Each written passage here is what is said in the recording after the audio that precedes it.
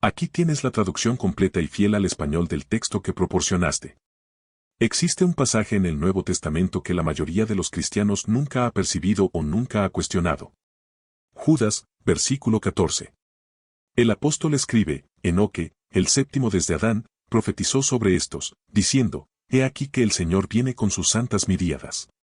Esperen. Enoque profetizó. ¿Dónde está esa profecía? No está en Génesis. No está en ninguno de los libros del Antiguo Testamento que conoces.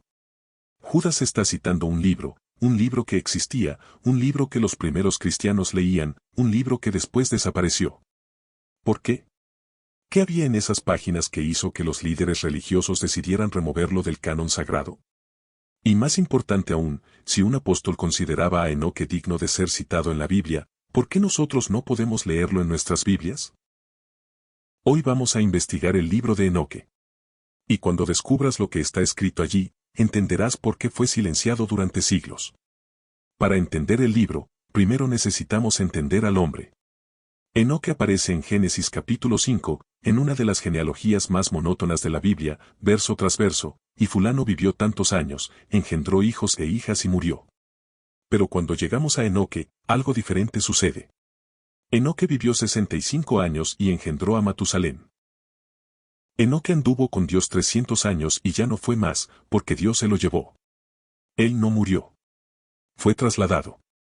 De todos los miles de millones de seres humanos que han existido, solo 2 en la Biblia no experimentaron la muerte, Enoque y Elías. Ese detalle no es un accidente literario, es una marca de algo extraordinario. Pero hay más. Enoque era el séptimo patriarca desde Adán. En el simbolismo hebreo, el número 7 representa perfección y completitud. Enoque vivió 365 años, los días de un año solar completo. Todo en él apunta a un significado cósmico. Y aquí está el detalle que lo cambia todo, Enoque vivió antes del diluvio. Fue testigo del mundo antediluviano. Vio lo que sucedió antes de que Dios decidiera destruir todo con agua. Y según el libro que lleva su nombre, Enoque no fue solo un testigo silencioso.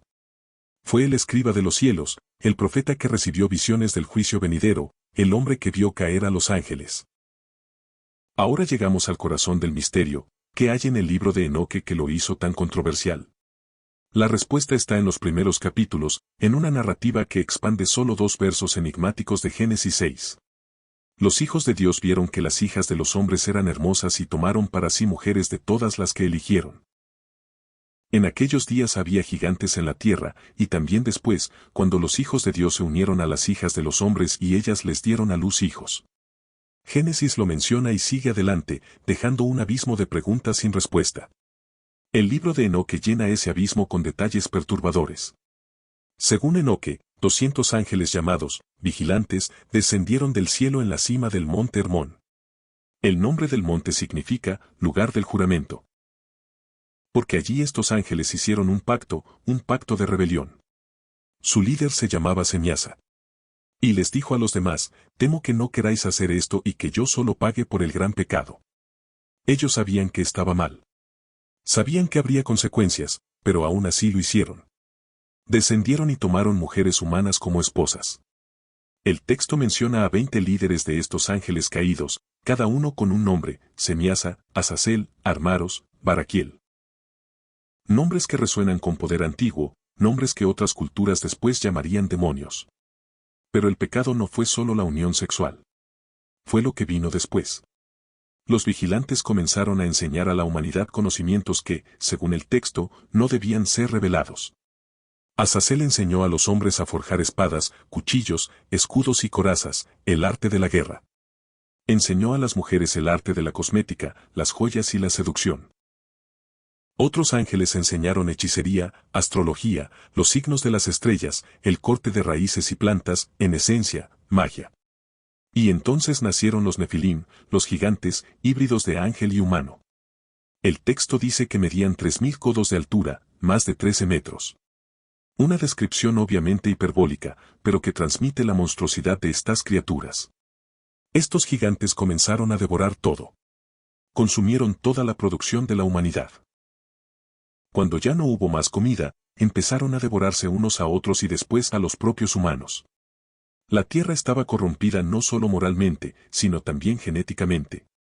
La creación misma había sido contaminada por esta invasión angelical. Y fue por eso, según Enoque, que Dios envió el diluvio. Pero la historia no termina con la caída. El libro de Enoque dedica capítulos enteros a lo que sucedió con estos ángeles rebeldes. Según el texto, 4 arcángeles, Miguel, Gabriel, Rafael y Uriel, fueron enviados por Dios para hacer frente a la catástrofe. Rafael recibió la orden de atar a Azazel de manos y pies y lanzarlo a las tinieblas, a un desierto llamado Dudael, donde sería aprisionado bajo piedras ásperas hasta el día del juicio final. Gabriel recibió la orden de destruir a los Nefilim, haciendo que lucharan entre sí hasta su aniquilación. Miguel fue enviado para atar a Semiasa y a los demás líderes y aprisionarlos en valles de fuego sobre la tierra durante 70 generaciones, hasta el día del gran juicio. 70 generaciones. Hagan las cuentas. Si una generación bíblica es de 40 años, 70 generaciones son 2800 años. Algunos estudiosos especulan, ¿habrá terminado ya ese periodo o está a punto de terminar? El libro describe a Enoque visitando estos lugares de prisión. Ve a los ángeles caídos en tormento, suplicándole que interceda por ellos ante Dios. Enoque lo intenta, pero recibe una respuesta definitiva: no habrá perdón, no habrá paz. Estarán aprisionados hasta que sean destruidos eternamente. Es una descripción sombría y sin redención. Y tal vez sea eso lo que incomodó a algunos líderes religiosos posteriores. Pero el libro de Enoque no habla solo del pasado. Gran parte de él trata del futuro. Enoque recibe visiones detalladas del juicio final. Describe al Mesías como el Hijo del Hombre, un término que Jesús usaría después para referirse a sí mismo decenas de veces en los evangelios. Ve a los impíos siendo lanzados a valles de fuego. Ve a los justos resucitando y caminando con el Mesías en un reino eterno. Describe libros siendo abiertos, libros de juicio donde cada acción está registrada. ¿Les suena familiar? Debería. El libro del Apocalipsis de Juan tiene paralelos impresionantes con las visiones de Enoque. Enoque también recibe conocimiento astronómico. Describe las órbitas del Sol y la Luna, los movimientos de las estrellas, los portales del cielo por donde los astros entran y salen. Para algunos esto es solo cosmología antigua. Para otros, son conocimientos que Enoque no podría haber obtenido por medios naturales en aquella época. Hay también la parábola de las semanas, una división profética de la historia humana en 10 semanas, cada una representando periodos de tiempo. La 7ª semana termina con la purificación de la creación. La 8ª trae juicio.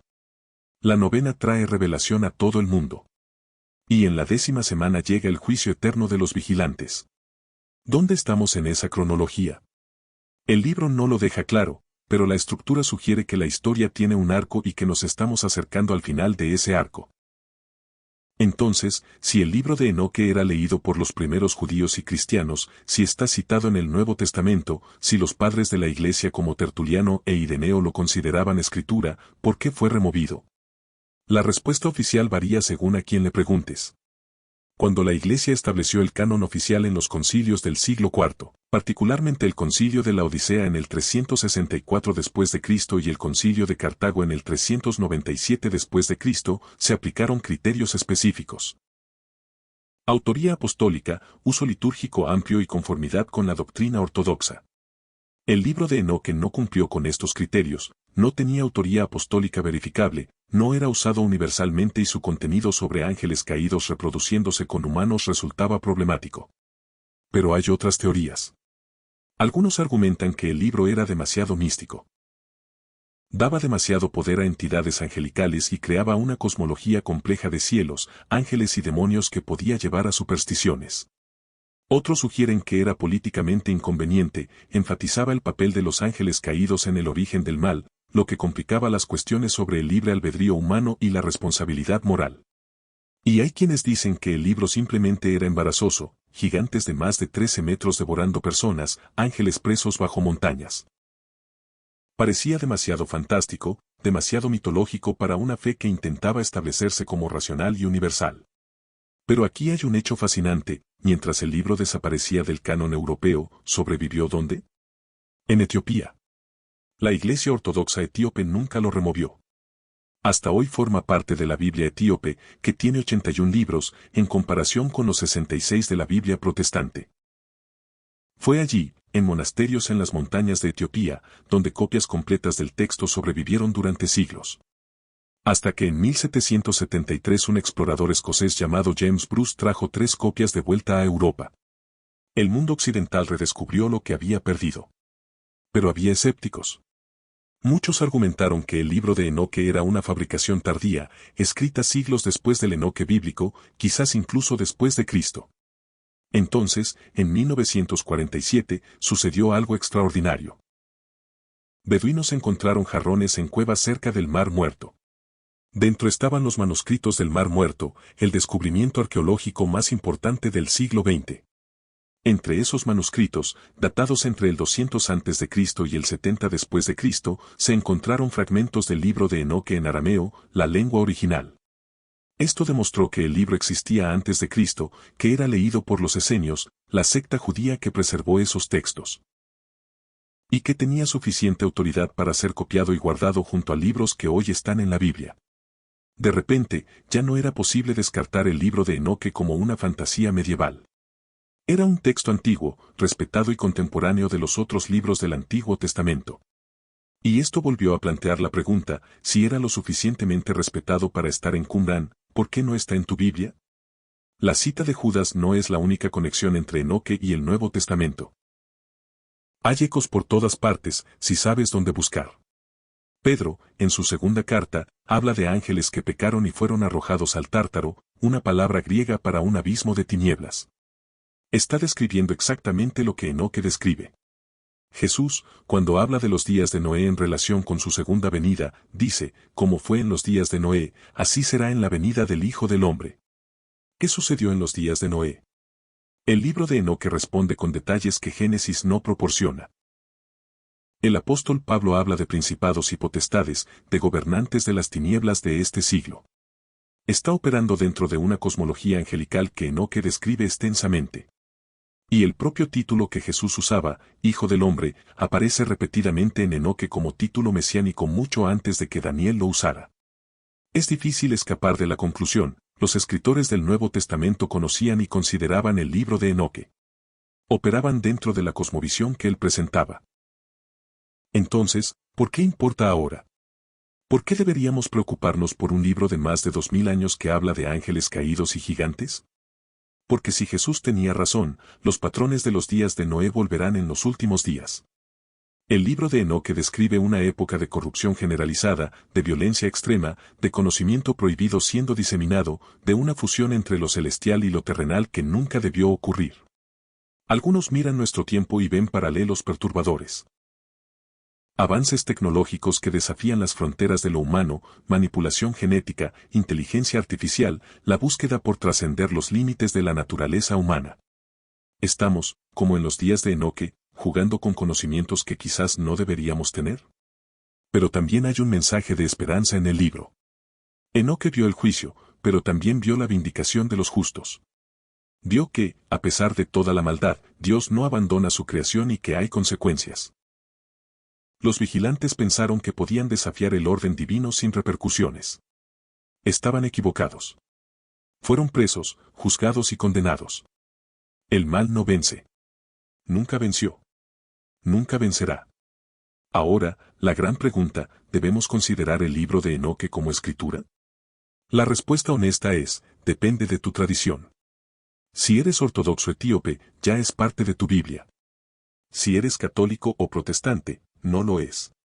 Pero incluso si no lo consideras inspirado, hay valor en leerlo. Primero, porque ayuda a entender el contexto del Nuevo Testamento. Cuando Judas cita a Enoque, asume que sus lectores conocen el libro. Para entender completamente el mensaje de Judas, necesitamos saber qué dijo Enoque. Segundo, porque preserva tradiciones judías antiguas sobre el mundo espiritual. Puede no ser escritura, pero es historia. Es teología judía del Segundo Templo. Es una ventana a cómo los contemporáneos de Jesús entendían el mundo. Tercero, porque plantea preguntas que todavía nos hacemos hoy, ¿de dónde viene el mal? ¿Por qué hay sufrimiento? ¿Qué pasa cuando lo celestial y lo terrenal se mezclan inadecuadamente? ¿Cuál es el destino final de los ángeles caídos?